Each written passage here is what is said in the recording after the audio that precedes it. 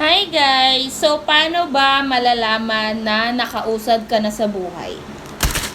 Pag naka-order ka na ng shit!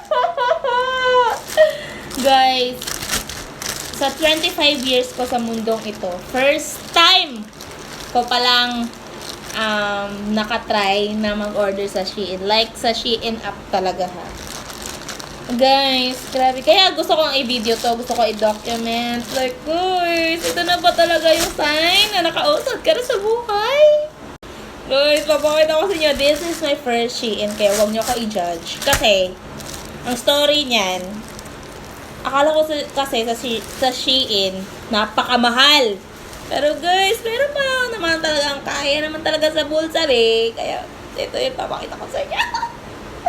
Guys, this is a top. Yeah. As in, kita-kita na naman yung likod natin dito, be. Aurahan na naman natin to, be.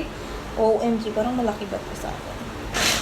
Pero guys, papakita ko na lang to sa inyo kapag nasuot ko na. Pero feeling ko, oh, it's so pretty! Guys, grabe!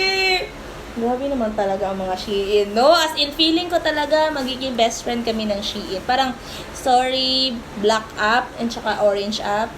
Shein ako. Ay, napaka-arte talaga!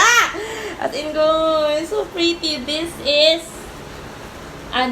sobrang tagal dumating. Pero guys, susuotin ko to, ewan ko kailan. Pero bumili lang ako kasi gusto kong matry nga. Kasi first time ko nga mag-order sa Shein.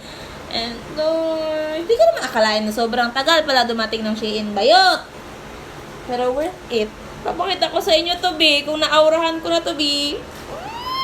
Thank you, Lord, for all the blessings.